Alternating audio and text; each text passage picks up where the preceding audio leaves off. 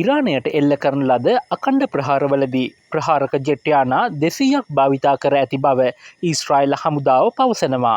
ඒ අනුව ඉරානයේ ඉලක්ක 100කට පමණ ප්‍රහාර එල්ල කර ඇති බවයි ඊශ්‍රායල් හමුදාව සඳහන් කරන්නේ.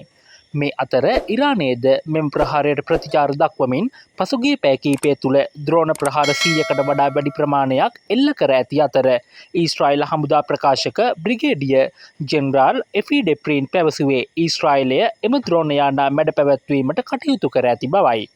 ඉරාන බලධාරීන්ගේ තොරතුරු උපුටා දක්වමින් එක්සත් ජාතීන්ගේ න්‍යෂ්ටික නිරීක්ෂණ ආයතනය වන ජාත්‍යන්තර පරමාණුක බලශක්ති ඒජන්සිය පවසන්නේ ඉරානයේ බුෂෙහර් න්‍යෂ්ටික බලාගාරය ඊශ්‍රායලයේ ගෘවන් ප්‍රහාරවලට ඉලක්ක වී නොමැති බවයි. ඊශ්‍රායලයේ එල්ල කළ ප්‍රහාර හේතුවෙන් ඉරානයේ න්‍යෂ්ටික විද්‍යාඥයින් 6 දෙනෙක් මියගොස් ඇති බව එරට මාධ්‍ය වාර්තා කළා.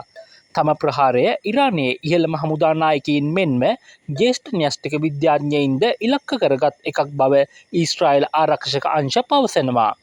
ඊශ්‍රායලයේ එල්ල කර ප්‍රහාර මාලාවෙන් ඉරානයේ ඉස්ලාමීය විප්ලවවාදී ආරක්ෂක බලකායේ ප්‍රධාන අනදෙල් නිලධාරී ජෙනරාල් හුසේන් සලාම් සහ ඉරාන සන්නද්ධ හමුදා මාණ්ඩලික ප්‍රධානී මේජර් ජෙනරාල් මොහොමඩ් බගේරිද මියගොස් තිබෙනවා.